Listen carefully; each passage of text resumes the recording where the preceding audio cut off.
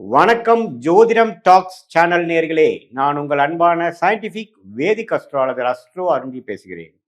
நல்லது நினைப்போம், நல்லதே நடக்கும். கடக ராசி கடக லக்னத்துல பிறந்த நீங்க எது மாற ஒரு கிரகம் வந்து உங்களுக்கு யோகமான கிரகமாகவும் தசையாகவும் வருகிறது, எந்த கிரகம் வந்து நமக்கு மிகவும் சுமாரான கிரகமாகவும் சுமாரான அவயோக தசைகளாக வருகிறதுங்கிறத நம்ம தெரிஞ்சுக்கிட்டு அதோட காம்பினேஷன்ஸ் எப்படி இருந்தால் கொஞ்சம் நன்றாகவும் காம்பினேஷன்ஸ் எப்படி இருக்கக்கூடாது அப்படிங்கிறத நம்ம இந்த வீடியோவில் கடக லக்ன கடக ராசியில் பிறந்தவங்களுக்கு பார்க்க போகிறோம். இப்போ கடக லக்ன கடகராசிக்கு யோகமான ஒரு கிரகம் என்ன அப்படின்னு கேட்டிங்கன்னா செவ்வாய், அதுக்கப்புறம் குரு. செவ்வாய்ங்கிற குருவும் அருமையான ஒரு கிரகம். செவ்வாய் திசை குரு திசையெல்லாம் வரப்போ வாழ்க்கையில் கொஞ்சம் நல்ல விஷயங்கள், நல்ல கர்மா வந்து கிடைக்கணும்னு அர்த்தம். நல்ல விஷயங்கள்லாம் நடக்கும். அந்த செவ்வாயே பார்த்தீங்கன்னா குருவோட சேர்ந்து செவ்வாயும் குருவும் ஒன்றுக்கு ஒன்று சேர்ந்து இருக்கும் பொழுது இன்னுமே நல்ல ஒரு பலன்கள் நம்ம வாழ்க்கையில எதிர்பார்க்கலாம். அற்புதமான சில செல்வ செழிப்புகள் துறையில், நம்ம துறையில் நல்லா மேலே வர்றது, தன்முனைப்பாக வர்றது, நல்ல விஷயம்லாம் நடக்கிறது, அது மாதிரிலாம் நடக்கும். இதே மாதிரி செவ்வாய் வந்து குருவோட சேராமல் சனியோட சேர்ந்தால் அப்படியே ப்ராப்ளம் ஆப்போசிட்டாக வரும். பிரச்சனைகள் என்னதான் கைக்கு வந்தது வாய்க்கு வரவில்லைங்கிற மாதிரி சில பிரச்சனைகள், சில தடைகள், அப்டக்கிள்ஸ் இன் லைஃப் அப்படிங்கிறது கொஞ்சம் செவ்வாய் தசையில் கொஞ்சம் வரும். செவ்வாய்ங்கிற காரத்தம் ஆகிய 5ஆம் இடம் புத்திரஸ்தானம்ங்கிறனால, தொழில் ஸ்தானாதிபதியாக இருக்கிறனால தொழில் விஷயத்துலையும் வேலை விஷயத்துலையும் அதே மாதிரி குழந்தை விஷயத்துலையும் அப்டக்கிள்ஸ் நமக்கு இருக்குது அப்படிங்கிறது செவ்வாய் சனி சேர்ந்தால் தெரிஞ்சுக்கிறோம். செவ்வாய் ராகு சேர்ந்தாலும் அதே தான், பிரச்சனைக்குரிய ஒரு அமைப்பு. அதிக ஆசைப்பட்டு தோஷம் பெறக்கூடிய அமைப்புகள் அது மாதிரிலாம் இருக்குது. அது நல்ல காம்பினேஷன் கிடையாது. செவ்வாய் சுக்கரனோட சேர்வது, குருவோட பார்வையில் இருக்கிறது சேருவது, சந்திரனோட சேருவது, அது சந்திரன் ஒளி புரிஞ்சிய சந்திரனாக அமாவாசைக்கு பக்கத்தில் இல்லாமல் பௌர்ணமிக்கு பக்கத்தில் பிறந்த ஜாதகம்லாம் பார்த்தீங்கன்னா அருமையான ஒரு பலன்கள், அருமையான கர்ம பலன்கள் நம்ம தெரிஞ்சுக்கலாம். ஸோ உங்களுடைய கர்ம பலன் வந்து இந்த காம்பினேஷன்ஸில் தான் இருக்குது. அப்புறம் எது மாதிரி யோகமான கிரக தசை வந்து நடந்து கொண்டு இருக்கிறதுங்கிறத பொறுத்து தான் இருக்குது அப்படிங்கிறத தெரிஞ்சுக்கணும். சரி, எனக்கு செவ்வாய் குருவெல்லாம் வந்து ஓரளவுக்கு சனி ராகுவால் பாதிக்கப்படலை சார், நல்லா தான் இருக்குது, குருவோட சேர்ந்துருக்கு, சக்குரனோட சேர்ந்துருக்கு, சந்திரனோட சேர்ந்துருக்கு அப்படிங்கெல்லாம் இருந்ததுன்னா ரொம்ப சந்தோஷம். ஆனால் அதில் புதன் செவ்வாயோட சேருது தப்பு. முதல் வீடியோலாம் சொன்ன மாதிரி புதனும் செவ்வாயும் சேருவது தப்பு, சந்திரனும் சனியும் சேருவது தப்பு. அதே மாதிரி ராகு எந்த கிரகத்தோட சேருவதும் அவ்வளோ சரியாக வராது. சூரியன் வந்து சனியோட சேரக்கூடாது, சூரியன் குருவோட சேருவது நல்லது. ஸோ இது மாதிரி விஷயங்கள்லாம் காம்பினேஷன்ஸ்லாம் எப்படி உங்கள் ஜாதகத்தில் இருக்குது அப்படிங்கிறத பார்த்து அதுக்கு தகுந்த மாதிரி கர்ம வினைகள் எப்படி வரப்போகுதுங்கிறது பாருங்கள். வரவே கூடாத திசை வந்து சனி திசை. 8ஆம் வீட்டு திசை வந்து கடகலக்கண கடகராசிக்கு சனி திசை வரக்கூடாத திசையாக வந்து அது 19 வருஷம் வந்து அது குருவோட சேர்ந்திருந்தால் ஓரளவுக்கு பரவாயில்ல, பெரிய பிரச்சனைகள் இல்லாமல் நான் வந்துட்டேன்னு சொல்லலாம். சுக்கிரனோட சேர்ந்திருந்தால் அப்படிதான், பௌர்ணமி சந்திரனின் பார்வை பெற்றிருந்தாலும் அப்படிதான், ஓரளவுக்கு ஒளி பொருந்திய ஒரு கிரகத்தின் அமைப்பு இருக்கும் பொழுது அப்படிதான்.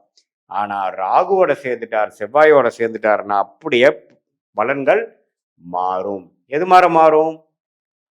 நம்ம கைக்கு வந்தது வாய்க்கு வரவில்லைங்கிற மாதிரி, ஒரு தடைகள் அதிகமாக இருக்கிற மாதிரி, அப்டிகல்ஸ் இருக்கிற மாதிரி, நேரம் தாழ்த்தி வர மாதிரி பலன்கள் வரும். நமக்கு நேரம் நம்மளோட அவசரத்துக்கு நம்மளுடைய பிளான் பிரகாரம் எதுவும் நடக்காமல் வேற மாதிரி போகிற அமைப்புகள்லாம் கொஞ்சம் கொடுத்துருவார். அவரே நம்ம பாதிப்பு அடைஞ்சு ராகுவால் 4 டிகிரிக்குள்ள சனி போயிடுச்சு சார்னா ஆயுசு பங்கம், அது மாதிரி சில விஷயங்களும் வந்துடும். அது உங்கள் ஜாதகத்தில் எப்படி இருக்குங்கிறது ஓவராலாக பார்த்து நம்ம முடிவு பண்ணணும். அதுக்கப்புறம் வரக்கூடிய நியூட்ரல் பிளானட்ஸ் ஆகிய புதன், சூரியன், ராசி அதிபதி சந்திரன், அதோட இருக்கிற நிலைமையே ரொம்ப முக்கியம். அந்த ராசி அதிபதி சந்திரனே ஒரு பௌர்ணமி சந்திரனாக இருக்கிறார்னா அருமை. இல்லை 11ஆம் இடத்துல உச்சம் பெறுகிறார், ரிஷபத்தில் உச்சம் பெறுகிறார்னா நல்லது. ஆனால் விருச்சிகத்தில் நீச்சம் அடைஞ்சாலும் எந்த ஒளி அடிப்படையில் அவர் இருக்காருங்கிறத நீங்கள் கண்டிப்பாக பார்க்கணும். மற்றபடி கடக லக்ன கடகராசியில் பிறந்தவங்களுக்கு குரு செவ்வாய் யோகமாகவும் சனி அவயோகமாகவும், மற்றபடி இருக்கக்கூடிய சுக்கிரன், சூரியன், சந்திரன் இதெல்லாம் ஓரளவுக்கு நியூட்ரலான ஒரு அமைப்புகள் கொடுக்கக்கூடிய அமைப்புகள் கண்டிப்பாக புதன் உள்பட கொடுக்குதுங்க. இதில் வந்து செவ்வாய் சனி ராகு மற்ற கிரகத்தோட அதிக சேரக்கூடாதுங்கிறது தெரிஞ்சுக்குங்க. செவ்வாய் சனி ராகு குருவால் சுக்கிரனால் சுபத்துவம் அந்த திருட்பலம் பெறும் பொழுது நல்ல அமைப்புகள் கொடுக்கும். உங்கள் ஜாதகத்தில் இந்த கிரகங்கள்லாம் எப்படி இருக்குன்னு பார்த்து அதுக்கு தகுந்த மாதிரி கர்மபலன் வாழ்க்கையில் நடக்கும்னு தெரிஞ்சுக்க. எந்த மாதிரி தசை போயிட்டுருக்கு, உங்களுக்கு செவ்வாய், ராகு, குரு தசைகள் வருகிறதா? அல்லது அவயோக பெல்ட் என்று சொல்லப்படுகிற சனி, புதன், கேது, சுக்கிர தசைகள் போயிட்டு இருக்காங்கிறது உங்க ஜாதகத்துல பாருங்க. இது பொதுவான ஒரு அமைப்பை ஒழிய, எக்ஸ்பிளனேஷன் ஒழிய, உங்களுடைய ஜென்ம ஜாதகத்துல நீங்க பிறந்த தேதி, பிறந்த நேரம், பிறந்த ஊரை வைத்து சயின்டிஃபிக் வேதிக் அஸ்ட்ராலஜி முறையில நம்ம ஜாதகத்தை போட்டு, அதுல நாம வந்து துல்லியமான பலன்கள் எடுக்கும் பொழுது, எதுமாற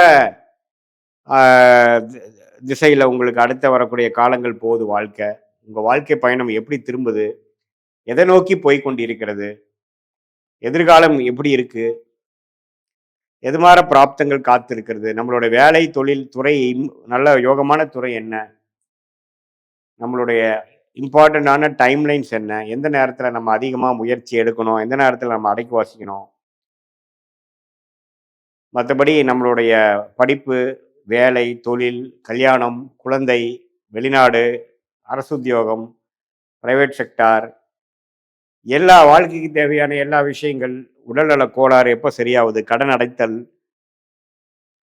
இது எல்லாமே ஜாதகத்தில் இருக்கிறவங்க சொல்லக்கூடிய காம்பினேஷன்ஸ்ல, அந்த சேர்க்கைகளை கிரக சேர்க்கையில தான் நமக்கு எல்லாமே நம்ம பார்த்து அடுத்தடுத்து நம்ம பார்க்கும் பொழுது எப்படி நம்மளுடைய அமைப்புகள்லாம் எப்படி இருக்கு, ஒரு கிரகமும் ஒரு கிரகத்தை பெனிஃபிட் பண்ற மாதிரி இருக்கா, அல்லது பாதிக்கிற மாதிரி இருக்கா, அல்லது ஒரு கிரகத்தை தூக்கி அதோட பலன்களை நல்லா செய்யற மாதிரி இருக்கா, அப்படிங்கிறதுலாம் நீங்க வந்து நல்லா இந்த ஜாதகத்தில் இருக்கக்கூடிய காம்பினேஷன்ஸ் வச்சு பார்க்கும் பொழுது இன்னுமே நம்ம சயின்டிஃபிக்காக பார்க்கும் பொழுது இன்னுமே நம்ம சொல்லலாம்.